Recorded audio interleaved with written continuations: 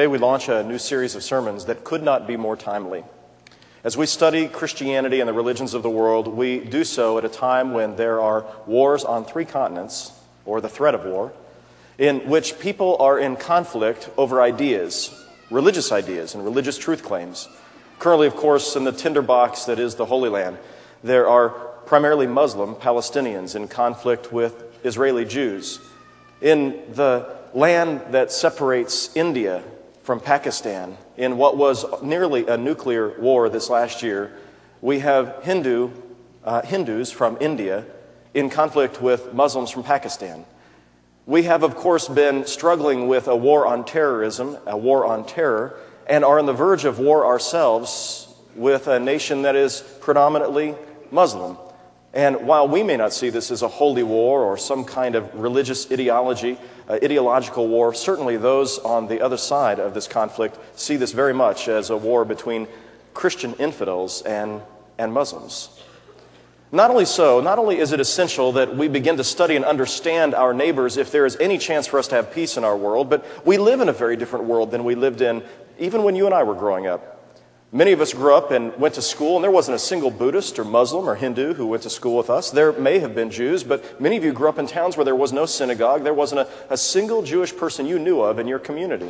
Many of us don't know the difference between a Hindu and a Muslim or a Muslim and a Buddhist. We're really not certain what these people believe, but the likelihood is that one of your neighbors, one of your coworkers, one of your children's teachers at school is going to be a person of another faith. Now, while you know very little about these other religions, your children will be taught about them in school. Today, this is a standard part of the curriculum to learn about various religions of the world. And it is absolutely essential that you as Christian people be informed, that you understand what persons of other faith believe and understand how you think through that. How does your faith relate to those other faiths? Finally, if you are going to fulfill the commission of Christ, to actually go into the world and to be a light and to share your faith with other people, how can you possibly do that with any effectiveness with persons of other faith if you have no idea what they believe? How can you find bridges to build and share Christ in a sensitive way if you have no idea what someone else's idea of truth is, what their religious beliefs are? This series of sermons is very important if we as a church are going to live out the Great Commission. But it's important for our country and for our world that people of faith take the time to understand one another. So, in this series of sermons, we're going to try to understand the 5 major religions of the world. We're going to begin with Hinduism next week, and then Buddhism, Islam, Judaism, and then finally our own Christianity. And every week trying to ask questions, what can we understand about these faiths? What is it that they have to teach us about? How can they inform our own faith and make us better Christians in the process? What are the ways that we differ from them, and how can we share our faith more effectively with them in a way that's sensitive and respectful and that honors these other persons? In the end of this series of sermons, my hope is that you are a better Christian for it. But the truth is, as we begin a series like this can be threatening for some of us in our faith. It's challenging. Many of us are Christians because our parents were Christians.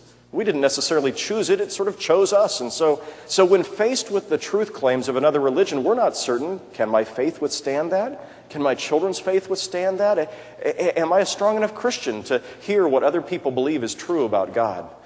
Now, as your pastor, of course, my concern is to help nurture you in the faith and not to do anything that tears down your faith. And I'm convinced that we can walk through this series of sermons in a way that will help you be a stronger Christian for it.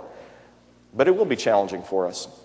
There are also questions that we wrestle with as thinking people when we think about the religions. Questions we might not have wrestled with years ago, but today, when we're aware that there are all these other people out there, we wrestle with them.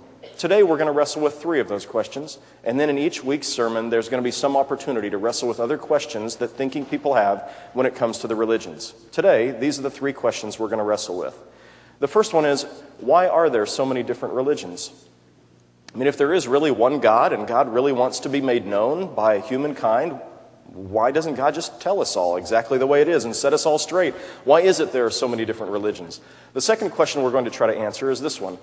How is it that Christian people should look at the other 2/3 of the world's population who are not Christians? How do we understand them? And then finally, we're going to ask this question, how does God look at people of other faith? From a Christian perspective, how does God look at people who are not Christians? Does God work at all in their religions and through their religions? How does God interact with them? How does God view faithful people of other religious persuasions?